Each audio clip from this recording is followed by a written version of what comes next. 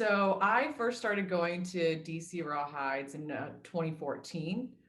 My sister Michelle, she actually used to go to Remington's when she was in college, like the mid 90s.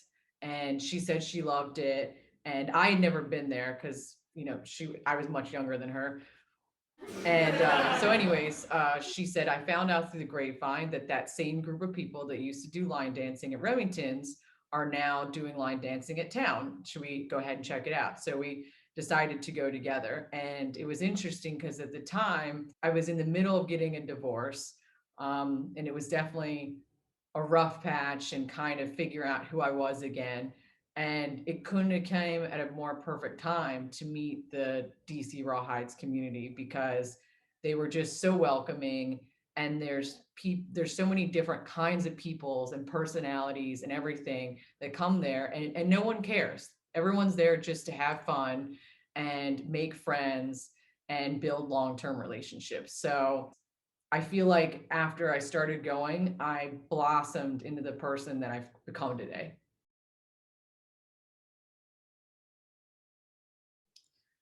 So it is kind of funny. I would say the first year that Michelle and I went, my sister, um, a lot of people would ask, like, oh, how'd you hear about us? And we would always come together and we would always tell people, oh, we're sisters.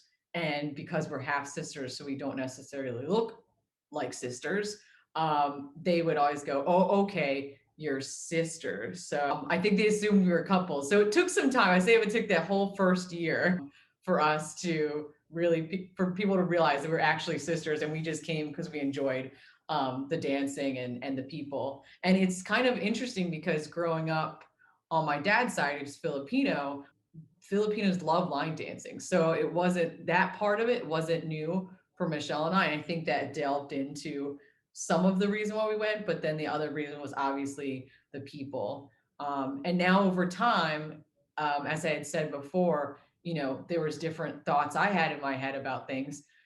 You know, Men will ask me to dance, women will ask me to dance, and it's not awkward or weird. We're dancing, we're having connection as people, and I think it's great because again, it breaks down those barriers. It doesn't matter what your orientation is, you're just having a connection with a person. It doesn't need to be a romantic, it can be a friendship, it can just be a dance. And so that's really opened my eyes to that.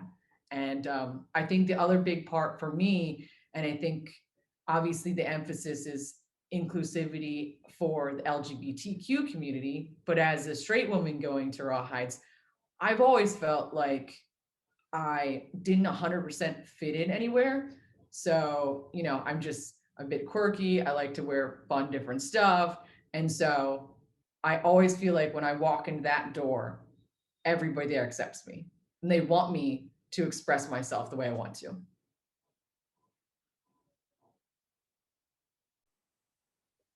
So I think it's important to note that obviously a big part of DC Raw Heights is the dancing. But I think it's also important to understand that our community is what's really important and the connections we have with everybody in the community.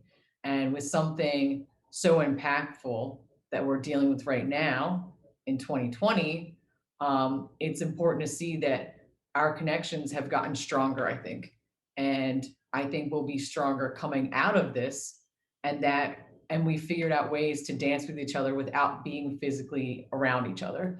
And you know everybody's made a point to reach out to one another and make sure all of us are okay, and that we're all happy and that we're all staying connected. And I think that that speaks more than to the dancing. It is the dancing, but it's a community, it's a family.